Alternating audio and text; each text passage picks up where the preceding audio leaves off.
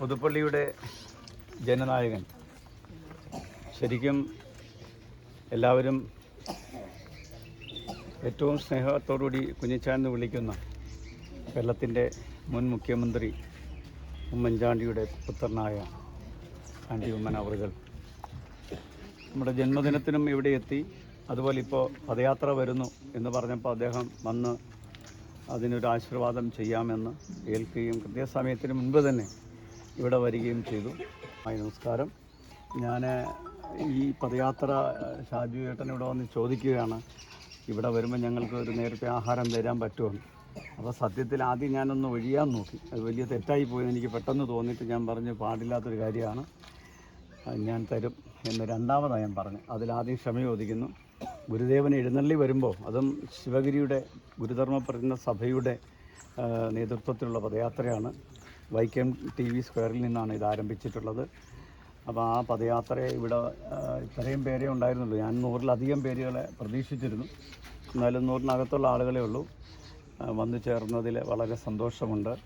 ഇന്നലെ തന്നെ പച്ചക്കറി എടുക്കാനായിട്ട് ചെന്നപ്പോൾ ആ പച്ചക്കറി കടയിൽ ഇത് എന്തിനാണ് എടുക്കുന്ന അവർ ചോദിച്ചപ്പോൾ പദയാത്രികർ വരുന്നുണ്ട്, അവർക്ക് സാമ്പാറുമൊക്കെ വെക്കാനെന്ന് പറഞ്ഞപ്പോൾ അവിടെ ഇരുന്ന കൊല മുഴുവൻ, ഏത്തക്കൊല മുഴുവൻ ഇന്ന് തന്നു. ഒരു 35 കിലോയ്ക്ക് മുകളിലുണ്ടാവും.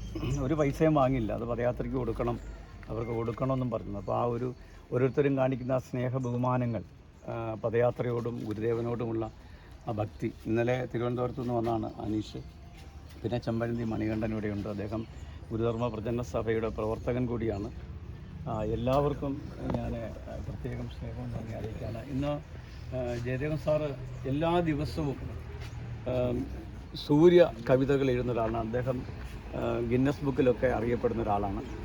അദ്ദേഹത്തെ ഇന്ന് ബഹുമാനപ്പെട്ട MLAക്ക് അദ്ദേഹത്തിൻ്റെ കാവ്യങ്ങൾ, ഒരു കാവ്യ സമാഹാരം കൊടുക്കാൻ അദ്ദേഹം ആഗ്രഹിക്കുന്നുണ്ട്. അപ്പം നമ്മുടെ പ്രിയങ്കരനായ MLA നമ്മൾ കണ്ടായിരുന്നു, വോട്ട് പിടിക്കാൻ നടന്നില്ല, ഓടിയാ പോയത്. ഒരല്പം പോലും ഞാൻ ചെങ്ങന്നൂരിൽ ചെന്ന് നേരം വെളുക്കുന്നവരെ ഉമ്മൻചാണ്ടി സാറിനെ കാണാൻ വേണ്ടി കാത്തിരുന്നിട്ട് എനിക്ക് ശരിക്കും കാണാൻ പറ്റില്ല, വിഷമമുണ്ട് അല്ലേ? അതെ, ഞാൻ ഇപ്പുറത്തായിപ്പോയി. എന്നെ ഇപ്പുറത്ത് പറഞ്ഞു വിട്ടിട്ട് ഇവരെല്ലാം കൂടെ പോയി കണ്ട് പിന്നെ എനിക്ക് അപ്പുറത്തോട്ട് വരാൻ പറ്റിയില്ല. സത്യം പറഞ്ഞാൽ ഉറക്കം ഒഴിഞ്ഞ് ഞാൻ അവിടെ ഇരുന്നിട്ട് പോലും എനിക്ക് കാണാൻ പറ്റില്ല. അത്ര ഒരു സ്നേഹം. ഞാൻ തൃക്കോതമംഗലം ശാഖയിൽ ചെല്ലുമ്പോൾ പ്രതിപക്ഷത്തിരിക്കുമ്പോഴും മുഖ്യമന്ത്രി ആയിരിക്കുമ്പോഴും ആദ്യം വന്നിട്ട് സ്വാമി എന്തിയെന്ന് ചോദിക്കും. ഞാൻ എത്തിയില്ലെന്ന് പറയുമ്പോൾ പള്ളി പോട്ടിങ് വരാമെന്ന് പറയും. ഒരേ മുഖ്യമന്ത്രി അങ്ങനെ വരത്തില്ല. പക്ഷെ രണ്ടാമത് വീണ്ടും അദ്ദേഹം വന്ന് എന്നോടിരുന്ന് ഒപ്പയിരുന്നൊരു ഫോട്ടോ എടുത്ത് ഉദ്ഘാടനം ചെയ്തിട്ട് അദ്ദേഹം പോകാറുള്ളൂ. അദ്ദേഹത്തിൻ്റെ മകനാണ്. ഒരു അല്പം പോലും മാറ്റ് കുറയത്തില്ല എന്ന് നമുക്ക് പൂർണ്ണ വിശ്വാസമുണ്ട്. ബഹുമാനീയവും ആദരണീയമായ ഉമ്മൻചാണ്ടി അവരുടെ മകൻ ശ്രീ ചാണ്ടി ഉമ്മൻ അവர்கள் ഇവിടെ എത്തി നമ്മളെ ആസ്വദിക്കാനാണ്. കേരളത്തിൽ അങ്ങോളം ഒരു അദ്ദേഹത്തിൻ്റെ മരണശേഷമായിരിക്കും അദ്ദേഹം ചെയ്തിട്ടുള്ള ഏറ്റവും നന്മ നിറഞ്ഞ പ്രവൃത്തികൾ ലോകം അറിഞ്ഞത്, ഞാനും അറിഞ്ഞത്. പലപ്പോഴും എന്നോട് പറയും, സ്വാമിജിക്ക് എല്ലാ ആവശ്യമുണ്ടെങ്കിലും എന്നോട് പറയണം. ഞാനോർത്ത് സത്യത്തിലെ സ്വാമിയുടെ കാര്യം പറയാൻ പറഞ്ഞു. സോറി, ഞങ്ങൾക്ക് ഒന്നിച്ച് ശിവഗിരിയിൽ പഠിച്ചിരുന്ന ആളുകളാണ്. എന്നോട് ഉമ്മൻചാണ്ടി സാർ പറയും, സ്വാമിജിക്ക് എന്താ ആവശ്യമുണ്ടെങ്കിലും വിളിക്കണം. സത്യത്തിൽ രാഷ്ട്രീയക്കാരനാക്കാമെന്ന് വിചാരിച്ചു. എനിക്ക് വലിയ നഷ്ടമായി പോയി എന്നുള്ളത് പിന്നീടാണ് എനിക്ക് മനസ്സിലായത്. ഞാൻ ഒന്നും ചോദിച്ചിട്ടില്ല. എന്തായാലും അദ്ദേഹത്തിൻ്റെ സ്നേഹം ഒരുപാട് ഏറ്റുവാങ്ങാൻ കഴിഞ്ഞിട്ടുണ്ട്. ഇന്ന് മണ്ഡലം വിട്ട് ഓടി നടന്ന് പ്രവർത്തിക്കുന്ന ഒരു MLAയാണ്. എല്ലാ മണ്ഡലങ്ങളിലും, അതായത് ഉമ്മൻചാണ്ടി സാറിനെ എങ്ങനെയാണോ സ്നേഹിക്കുന്നത് അവിടെ എല്ലാം വീണ്ടും ചാണ്ടി ഉമ്മൻ സാറിനെ എല്ലാവരും വിളിച്ചുകൊണ്ടിരിക്കുകയാണ്. നമ്മുടെ സ്വന്തം ഒരാളിനെ ഇവിടുന്ന് കൊടുത്തിട്ടുണ്ടെടുക്കുകയായിട്ട് ശ്രീ നിഖിൽ, ഞങ്ങൾ കണ്ണനാണ് വിളിക്കുന്നത്. കണ്ണൻ കൂടെയുണ്ട്, എല്ലായിടത്തും ഇവിടെ നടക്കുന്നു. ഞാൻ ഇവിടെ വളർത്തിയ എൻ്റെ മക്കൾ ഒക്കെ ഇവിടെയുണ്ട്. അതിൽ തമിഴ്നാട്ടിൽ നിന്ന് വന്ന അപ്പർണു കണ്ണൻ, എന്തി കണ്ണൻ, എല്ലാവരും ഇവിടെ ചേർന്ന് നിന്ന് എന്നെ സഹായിക്കുന്നു. തിരുവനന്തപുരത്തുള്ള കാർത്തിക്, സാറിൻ്റെ സ്വന്തം നാട്ടിലുള്ള ശിവൻ, എല്ലാവരും ഇവിടെ, എൻ്റെ അമ്മമാരൊക്കെയാണ് ഇവിടെ. ഇപ്പം വീട്ടിൽ നിന്ന് എല്ലാവരും വന്നിട്ടുണ്ട് സമീപ പ്രദേശത്തുനിന്ന്. ഞാൻ പ്രത്യേകിച്ച് ആരോടൊന്നും പറയാറില്ല, വാട്സാപ്പിൽ ഇങ്ങനെ മെസ്സേജ് എടുക്കുന്നു. അപ്പം നമുക്കൊരു നല്ല മെസ്സേജ് വന്ന് ശിവഗിരിയുടെ ഭാഗമായി യൂറോപ്യൻ രാജ്യങ്ങളിലെല്ലാം ശ്രീനാരായണ ധർമ്മ പ്രചരണ രംഗത്ത് ശിവഗിരിയെ സഹായിക്കുന്ന ഒരു MLA കൂടിയാണ്. ഞാൻ അദ്ദേഹത്തോട് നിങ്ങളുടെ സമക്ഷം പറയുകയാണ്, ഈ തീർത്ഥാടനത്തോടനുബന്ധിച്ച് ശിവഗിരി ചേർന്ന് പ്രവർത്തിക്കുന്നതിന് വേണ്ടി അപേക്ഷ കൊടുക്കുകയാണ്. അങ്ങനെയോടെ പറയണം നമ്മളെ ചേരുന്നതിന് വേണ്ടി എന്ന് പറഞ്ഞിരിക്കുന്നു. എന്തായാലും ഷാജിസാറൊക്കെ പറഞ്ഞ് തീർത്ഥാടനം കഴിയട്ടെ എന്ന് പറഞ്ഞു. ഞാൻ ഈ തീർത്ഥാടനത്തിന് ചെല്ലുമ്പോൾ അപേക്ഷ കൊടുക്കാൻ തിരക്കില്ലെങ്കിൽ കൊടുക്കും, ഇത് രജിസ്റ്റർ വഹിക്കും. എന്തായാലും സുഹാൻ സ്വാമിജിയൊക്കെ വളരെ വർഷങ്ങളായി നമ്മളോട് സ്നേഹത്തോട് പെരുമാറുന്നതാണ്. നമ്മുടെ എല്ലാ പരിപാടികളിലും സാറായാലും ജോർജ് തോമസ് സാറാണെങ്കിലും തോമസ് കണ്ടില്ല, ഇതിൽ തിരക്കുണ്ടാവും. അദ്ദേഹമൊക്കെ ഇവിടെ എപ്പോഴും നടന്ന സാന്നിധ്യമാണ്. എല്ലാവർക്കും ഒരു നല്ല ആശംസ പറയുന്നത് ഏറ്റവും പ്രിയപ്പെട്ട സ്വാമിജികൾ, ഏറ്റവും പ്രിയപ്പെട്ട പ്രേമാനന്ദ സ്വാമികൾ, ഏറ്റവും പ്രിയപ്പെട്ട രവിചേട്ടൻ, ജോർജേട്ടൻ, സജിചേട്ടൻ, പ്രിയപ്പെട്ട സൂര്യകവി ജയദേവൻ അവർ, പ്രിയപ്പെട്ട ശിവഗിരി തീർത്ഥാടന ഭക്ത സമൂഹമേ, പദയാത്രയുടെ ക്യാപ്റ്റൻ ഷാജിചേട്ടൻ, മറ്റ് സഹോദരി സഹോദരന്മാരെ സുഹൃത്തുക്കൾ, വളരെയധികം സന്തോഷമുണ്ട്. ഇന്ന് ഈ കൂടുകുളഞ്ഞി ഭാഗത്ത് നമ്മുടെ ഈ പദയാത്ര, ശിവഗിരിയിലേക്കുള്ള പദയാത്ര, അതും ധർമ്മസംഘത്തിൻ്റെ നേരിട്ടുള്ള പദയാത്ര കടന്നു വന്നപ്പോൾ ഇവിടെ വന്ന് സ്വീകരിക്കാൻ സാധിച്ചത് കഴിഞ്ഞ യുവജന സമ്മേളനത്തിന് മുമ്പ് എന്നെയും ധർമ്മസംഘത്തിൽ അംഗമാക്കിയിട്ടുണ്ട്. അത് തെരഞ്ഞെടുപ്പിനൊക്കെ ഒത്തിരി മുന്നേ അപ്പം വലിയതിനു ശേഷം സമയത്ത് തന്നെ സ്വാമി എന്നെ അംഗമാക്കിയിരുന്നു. അപ്പോൾ എൻ്റെ കൂടെ ഉള്ളൊരു പദയാത്രയാണ് തിരുവനന്തപുരത്തേക്ക് നടക്കുന്നത്. വളരെയധികം സന്തോഷം. ഗുരുദേവന്റെ ആശയങ്ങൾ അത് ലോകത്ത് തന്നെ എല്ലാവരും ഒന്നാണെന്നുള്ളൊരു വലിയ സന്ദേശം. ഞാൻ കഴിഞ്ഞ ദിവസം ബാംഗ്ലൂരിൽ ഈടിക സമുദായത്തിന്റെ സമ്മേളനത്തിൽ അതും ഗുരുദേവന്റെ ആശയം ഉൾക്കൊണ്ട് സ്വയം ശക്തരായ ഒരു രണ്ടുപേരെ മീറ്റിംഗ് ഒരുമിച്ചാണ്. അത് കർണാടകത്തിലെ മുഖ്യമന്ത്രി, കർണാടകത്തിലെ ഡെപ്യൂട്ടി മുഖ്യമന്ത്രി, അതുപോലെ തന്നെ മധു ബംഗാരപ്പ അവിടുത്തെ ഒരു മന്ത്രി, ഇവരെല്ലാം പങ്കെടുത്ത ഒരു വലിയ പരിപാടിയായിരുന്നു. അവിടെ പോയി അതിൽ പങ്കെടുക്കുവാനും ഗുരുദേവന്റെ ആശയങ്ങൾ എത്രത്തോളം അവര് സ്വീകരിച്ചു എന്നുള്ളത് അവിടെയും കാണുവാൻ എനിക്ക് സാധിച്ചു. അത് അവർ കന്നഡയിലാണ് സംസാരിച്ചെങ്കിലും അതിന്റെ അർത്ഥം ഞാൻ മനസ്സിലാക്കിയത് വിദ്യ കൊണ്ട് സശക്തരായി മാറുക എന്നുള്ളതാണ് അവരുടെ ഏറ്റവും പ്രധാനപ്പെട്ട തീമായിട്ട് എനിക്ക് മനസ്സിലാക്കുന്നത്. ഗുരുദേവൻ പറഞ്ഞ ആശയം മനസ്സിലാക്കി ആ സമൂഹം വലിയൊരു മാറ്റം അവിടെ വരുന്നു. തീർച്ചയായിട്ടും ലോകമെന്നും മാറ്റം വരുത്തുവാൻ സാധിക്കുന്ന വലിയൊരു ആശയം. ആ ആശയത്തിൽ നമ്മളെല്ലാം തുല്യരാണ്, ആരും തമ്മിൽ വ്യത്യാസമില്ല, വേറെ വ്യത്യാസമില്ല. എല്ലാ വ്യത്യാസങ്ങളെയും മാറ്റിവെച്ചുകൊണ്ട് നമ്മളെല്ലാം ദൈവത്തിന്റെ മക്കള് എന്ന രീതിയിൽ കാണുമ്പോൾ തീർച്ചയായിട്ടും സ്നേഹമായിരിക്കും അവിടെ ഏറ്റവും വലിയ പ്രോജ്വലിച്ച് നിൽക്കുവാൻ സാധ്യത. അതുപോലെ തന്നെ വിദ്യാഭ്യാസമാണ് മനുഷ്യന് ഏറ്റവും ആവശ്യം. ആ വിദ്യാഭ്യാസം എന്നുള്ളത് അതിന്റെ അർത്ഥതലം ഞാനിന്ന് മാറ്റുക.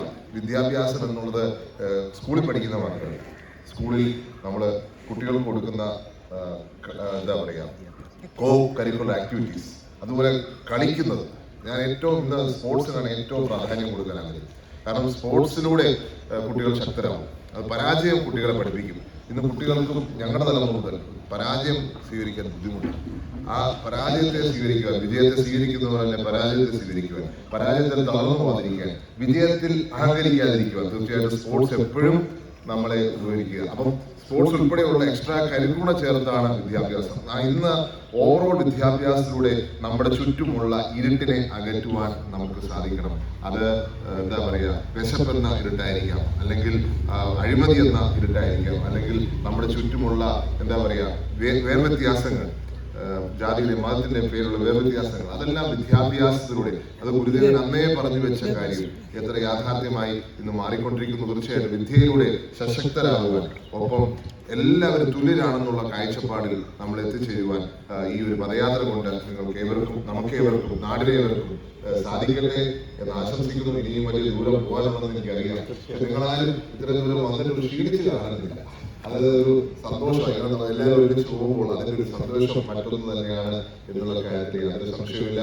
നമ്മള് ഒറ്റയ്ക്ക് നടന്നാൽ ചിലപ്പോൾ ഞാൻ ചിലപ്പോൾ യാത്ര നടത്തുമ്പോൾ ഒറ്റയ്ക്ക് ഭാര്യയുടെ ഇടയ്ക്കും ഞാൻ ഒറ്റയ്ക്ക് നടക്കാറുണ്ട്. ഞാൻ എനിക്ക് താമസിച്ചാലും ചില ദിവസം തുടങ്ങിയിട്ടുണ്ട്. ഒറ്റയ്ക്ക് നടക്കാൻ ബുദ്ധിമുട്ടാണ്. പക്ഷെ നമ്മൾ ഒരുമിച്ച് പോകുമ്പോൾ പല കാര്യങ്ങളും സംസാരിച്ചു അല്ലെങ്കിൽ പ്രാർത്ഥനയൊക്കെ നടത്തി പോകുമ്പോൾ അതിനൊരു വേറെ ഒരു സാഹചര്യം നമ്മൾ അറിയില്ല. അത് അതുകൊണ്ടാണ് നിങ്ങൾ ക്ഷീണിതരാവാതെ ഇവിടെ എത്തിയിരിക്കുന്നത്. ആ ഒരു സന്തോഷത്തിൽ ഗുരുദേവനെ സമാധിയിൽ ചെന്ന് പ്രാർത്ഥിക്കുക എന്നുള്ളൊരു സന്തോഷത്തിൽ നിങ്ങൾ ഒരുമിച്ച് പോകുന്നത് കാണുമ്പോൾ വളരെയധികം സന്തോഷം. എല്ലാവിധ ആശംസകളും പദയാത്രയ്ക്ക് നേരുന്നു.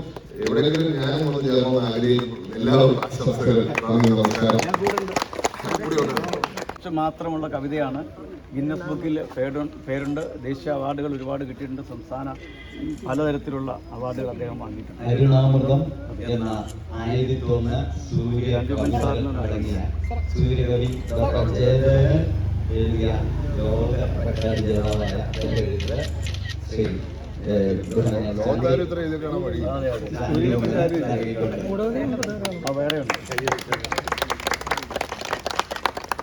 വൈക്കം ടി കെ മാധവൻ സ്ക്വയറിൽ നിന്ന് ഡിസംബർ 24 ആരംഭിച്ച 5-ാം ദിനത്തിൽ കോടിവിളഞ്ഞിലെത്തിയിരിക്കുകയാണ്. അപ്പോൾ 28, 29, 30-ാം തീയതിയാണ് ശിവഗിരി മഠത്തിൽ ഇത് എത്തിച്ചേരുന്നത്. 31-ാം ശ്രീ ചാണ്ടി ഉമ്മൻ MLA അവർ അഭിവന്ദ്യനായ മറ്റ് രാഷ്ട്രീയ, സാമൂഹിക, സാമുദായിക, മത രംഗങ്ങളിലും ഈ യാത്രയുടെ ക്യാപ്റ്റനും ചെയർമാനും ഉൾപ്പെടെയുള്ള എല്ലാ ഭക്തന്മാർക്കും അഭിവന്ദ്യ ധന്യാത്മാക്കൾ.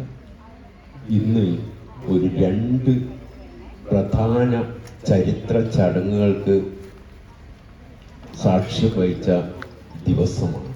അത് നമ്മളെല്ലാവരും ഒന്ന് ശ്രദ്ധിക്കേണ്ടതായിട്ടുണ്ട്. ഒന്ന്, ശ്രീനാരായണ ഗുരുവിൻ്റെ ഗൃഹസ്ഥ ശിഷ്യനും പിന്നീട് സൂഫി വര്യനും ഒക്കെ ആയി മാറിയ വക്കം അബ്ദുൽ ഖാദർ മൗലവി ജനിച്ച 150-ാം ജയന്തി ദിവസമാണ്. 1873 ഡിസംബർ 28-നായിരുന്നു വക്കത്ത് ഒരു മുസ്ലിം കുടുംബത്തിൽ ജനിച്ചത്. മറ്റൊരു പ്രത്യേകത എന്ന് പറയുന്നത് ശ്രീനാരായണ ഗുരുവിനും മലയാള മനോരമയുമായിട്ട് അഭേദ്യമായ ബന്ധമുണ്ട്. അരുവിപ്പുറം പ്രതിഷ്ഠ നടത്തിയ റിപ്പോർട്ട് കൊടുത്തത് മനോരമയാണ്. 1988-ലാണ് മനോരമ പത്രം അറിഞ്ഞത്. കണ്ടത്തിൽ വർഗീസ് മാപ്പിളയുടെ നേതൃത്വത്തിൽ ആ ഗുരുവിൻ്റെ ശിഷ്യനായിട്ടുള്ള, ഗുരുവിൻ്റെ നിർദ്ദേശപ്രകാരം വ്യത്യസ്തമായിരിക്കുന്നതായിട്ടുള്ള ക്രൈസ്തവ സഭകളെ ഒന്നിപ്പിക്കുന്നതിന് വേണ്ടി കണ്ടത്തിൽ വർഗീസ് മാപ്പിള നേതൃത്വം വഹിച്ചുകൊണ്ട് 1916 ഡിസംബർ 28-ാം തീയതി സംയുക്ത ക്രൈസ്തവ സഭ എന്ന് പറയുന്നതായിട്ടുള്ള പ്രസ്ഥാനവും കൂടി രൂപീകരിച്ചിരുന്നു. അപ്പോൾ നമ്മൾ എല്ലാ നാനാതുറകളിലൂടെ എടുത്തു നോക്കുമ്പോൾ ഹിന്ദു, ക്രിസ്ത്യൻ, മുസ്ലിം, ബൗദ്ധ, ജൈന, പാഴ്സി മതങ്ങളിലൂടെ എല്ലാം, സിഖ് മതങ്ങളിലൂടെ എല്ലാം തന്നെ ശ്രീനാരായണ ഗുരുവിൻ്റെ ദർശനങ്ങൾ, അതായത് നമുക്കറിയാം ശ്രീലങ്കയിലുള്ള കാന്തസ്വാമിയുടെ കാന്തസ്വാമിയായി മാറിയതും ഒക്കെ നമുക്കെല്ലാവർക്കും അറിയാം. അങ്ങനെ ഒത്തിരി ഏണസ്റ്റിക്കാർക്ക് ബ്രിട്ടീഷുകാരനാണ് ഗുരു നൽകിയായിട്ടുള്ള സന്യാസം. ഗാർഹസ്ഥ്യ സന്യാസ രംഗങ്ങളിലെല്ലാം തന്നെ നാനാ സമുദായങ്ങളിൽപ്പെട്ട മഹത്തുക്കൾ ഗുരുവിൻ്റെ ശിഷ്യ പരമ്പരയിൽ എല്ലാ സമുദായങ്ങളും അവരവരുടേതായിട്ടുള്ള ഉദ്ധാരണത്തിന് വേണ്ടി സംഘടനകൾ രൂപീകരിക്കണം എന്നും ഗുരു പറഞ്ഞു. അതാണ് സംഘടന കൊണ്ട് ശക്തരാവണം എന്ന രീതിയിൽ. അതിന് ഉപോത്പലകമായിട്ട് വിദ്യാഭ്യാസമാണ് വേണ്ടത്. ഇപ്പൊ ശിവഗിരി തീർത്ഥാടനത്തിന്റെ 8 വിഷയങ്ങളും എല്ലാം ഇതുമായിട്ട് കണക്ട് ചെയ്ത് ആ വിധത്തിലേക്ക് നമുക്ക് കൊണ്ടുപോകാൻ സാധിക്കുമാറാകട്ടെ. ജഗന്നാഥന്റെ, അള്ളാഹുവിന്റെ, കർത്താവിന്റെ, ഈശോ മിശിഹായുടെ എല്ലാം ഗുരു പരമ്പരകളുടെ എല്ലാം അനുഗ്രഹം ഈ ഒരു സംരംഭത്തിന് ഉണ്ടാകട്ടെ. പലമതസാരവും ഏകം എന്ന രീതിയിലേക്ക് എത്തുവാൻ നമുക്ക് സാധിക്കുമാറാകട്ടെ.